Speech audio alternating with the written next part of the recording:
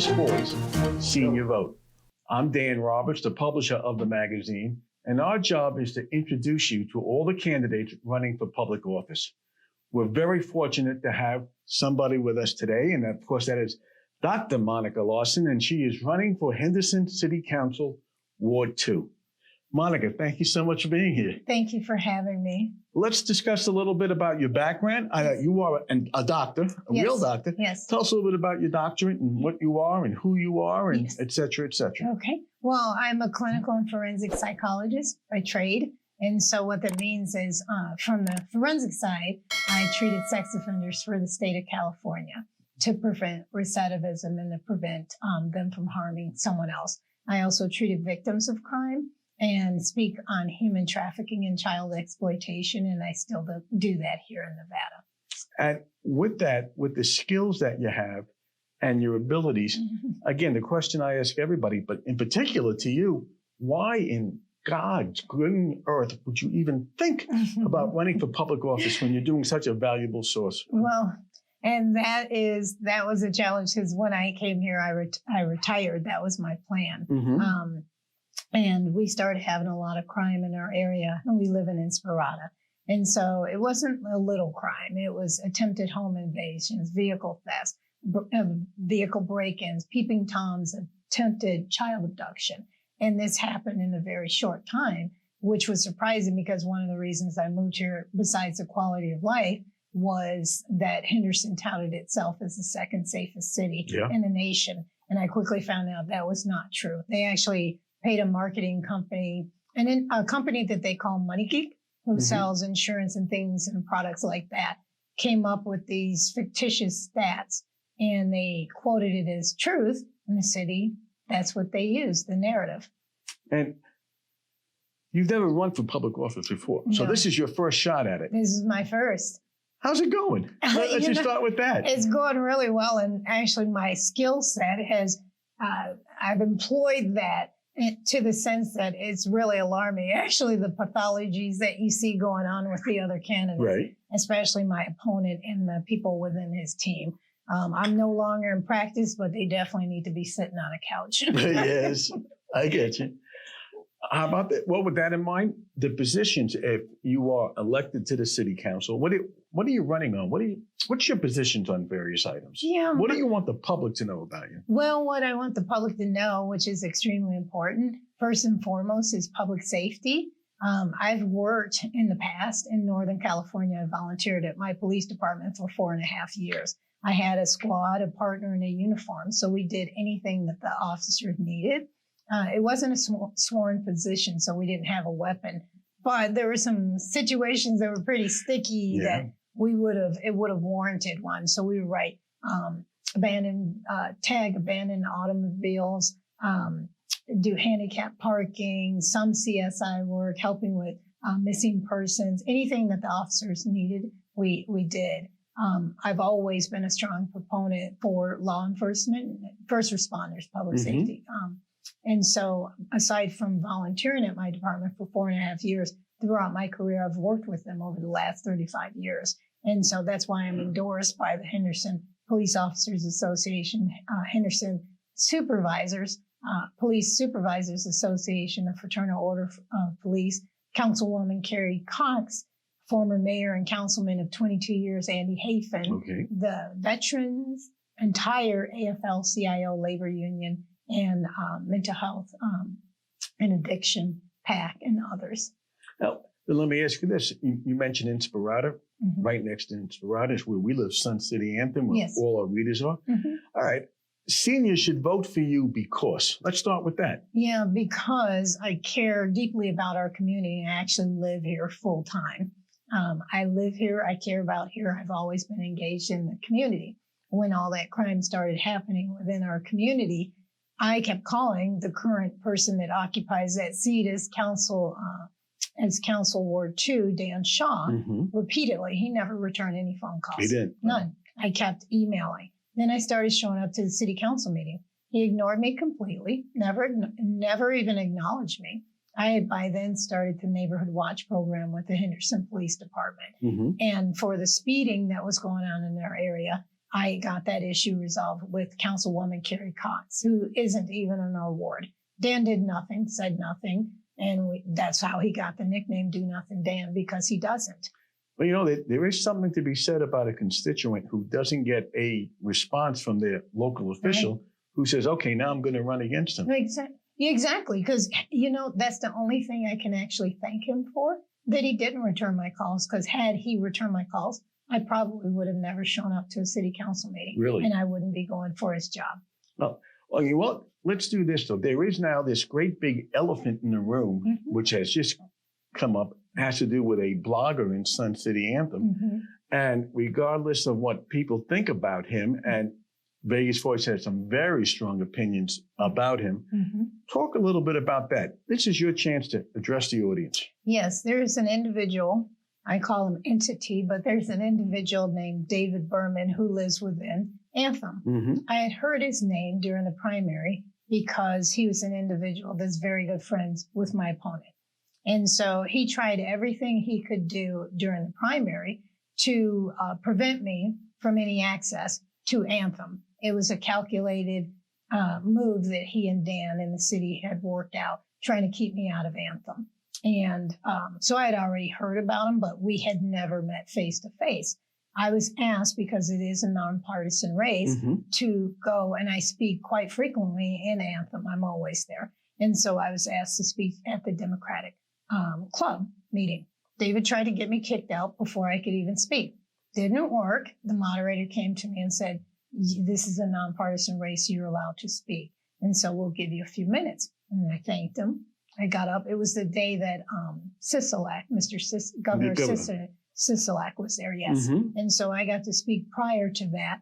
I addressed myself, what my platform was, which is public safety, improving education, government transparency, and fiscal responsibility, because we don't have transparency or fiscal responsibility. So I said that. I said who I was running against. The entire room, as soon as they heard Dan Shaw's name, booed and said, we don't like him. Really? David Bierman got extremely upset. And so what? I don't control their feelings. If Dan had been doing what he was supposed to, he wouldn't have that reaction or response. So Mr. Sisolak spoke, and he said, anyone who had questions, write them down on a card. Well, I wrote 2 questions down. David Bierman, of course, tried to interject himself again, trying to censor the cards. He was supposed to just present them to Governor Sisolak. He took everyone else's cards except for mine. I didn't hand them to him directly. I gave them to a female next to me at my table, and she presented the cards to David. He was supposed to simply give them to Governor Sisolak. He did not. He read my cards, and he got angry in front of everyone. He storms back to our table. He said, I will not ask these loaded questions. I'll discuss this with you later, in front of everyone. Yeah, and when you go through that and when you see what's going on, I mean, you must have a range of emotions, anywhere from anger to, I don't need this stuff anymore. And I mean, what makes you stick with it? Because this is the very reason why I'm sticking with it. Corruption has to go. Backdoor deals have to go. Incestuous relationships and nepotism have to go. People have no idea, because I look through the lens. I have a different lens on how I see things. By the second city council meeting, I knew something was inherently wrong. I was born in Chicago. We come from the daily days of corruption. We can smell You know it positively, a mile away. And so I said, oh no, and I continued on. But with the meetings and with David, because after that, I went to Mr. Sisolak after the meeting. Everyone looked at him, and David was trying to block me from getting to Sisolak. And so I just walked right past him, and I said, it's nice to meet you, Mr. Sisolak. Thank you for allowing me to speak today. I just wanted to let you know this individual, David Berman, did everything. He denied me my right to ask you questions that everyone else was afforded. And the reason he did that is because he's very good friends with my opponent, Dan Shaw. And Governor Sisolak looked at David. David was visibly embarrassed. And Governor Sisolak said, you know what? I've been following your race very closely. I saw that you did exceptionally well, really, really well. And he said, beat him. And I got to tell you, the one thing, Vegas Voice knows that blogger very well. We don't call him by name. My Rhonda knows about him, years of experience. I've dealt with him. And we have, the only thing that I might disagree with you on is that he doesn't get embarrassed. He doesn't know enough to be embarrassed. And I'll say that in front of the camera. In the remaining time we have, forgetting about the blogger, I want a point where I'd like you to look at the camera and say, okay, this is why I'm running, and this is what I will do for the constituents, including Sun City Anthem residents. Yes. If I can interject with one thing. Go ahead. Aside from that conversation continued, David's motivation was cutting a backdoor deal with Dan Shaw for Fiesta Casino parking lot Really? to make it into a performing arts center. And that's what he admitted. Okay. And that's why he was supporting him. And I said, well, that's interesting. How are you making a deal with Dan Shaw in an area that's not even his ward? And I've questioned about this. It hasn't even been brought to the city council. This is exactly why I'm running to stop this type of stuff. Well, in the time that we have left, if people want more information about this or anything about your campaign, if they want to volunteer, if they want to assist, if they want to contribute, how do they get a hold of you? If you could please go to www.vote, D like David, R like Robert, MonicaLarson.com. So it's vote, drmonicalarson.com. My telephone number is 702-208-3111. And again, I stand for public safety. We need more police officers. I am a staunch supporter of police and fire. We need more officers. We're over 354,000 in population and growing by the day. And right now, the FBI suggests for a city that size that we should have 2.34, almost 2.4 patrol officers per 1,000 permanent residents. We're at 0.6. We're in trouble with a lot retiring at the end of this year. We need more officers. We need to pay them what they're worth. They were paid the lowest in the valley. Plus the incentive for them to live here with these concrete jungles they can't afford of apartment buildings of 2,800, 3,200, 3,500. They can't afford it. So we need to pay them what they're worth, recruit and retain more officers, and make it more affordable for them to live here. Secondly is our educational system. We need to improve it. I want to help break up Clark County School District and work with legislation to make that happen. We're 49th. We vacillate between 46, 47, 49. Last I heard it was 49th out of 50. That's terrible. Our kids need a fighting chance. And lastly, and I am strongly about this, is government transparency and fiscal responsibility. How do you say that you love and care about fire and police, yet you consistently voted against them? City Council, the only one who's voted for them is Councilwoman Carrie Cox. You cannot say you have no money for fire and police, yet you're spending $70 million months later on a sports facility on St. Rose Parkway by Chicken and Pickle, or $32 million for a Fiesta Casino parking lot, or $173 million for Las Vegas paving for Boulder Highway Reimagining Project. Surprise, surprise, the mayor's husband and son works for Las Vegas paving.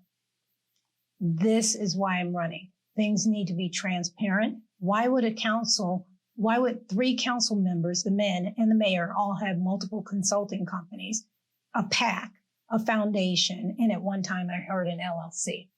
Everything needs to be transparent. No one should be guessing about anything. Everything should be on up and up. No friends, no family with contracts and repeated contracts with the city.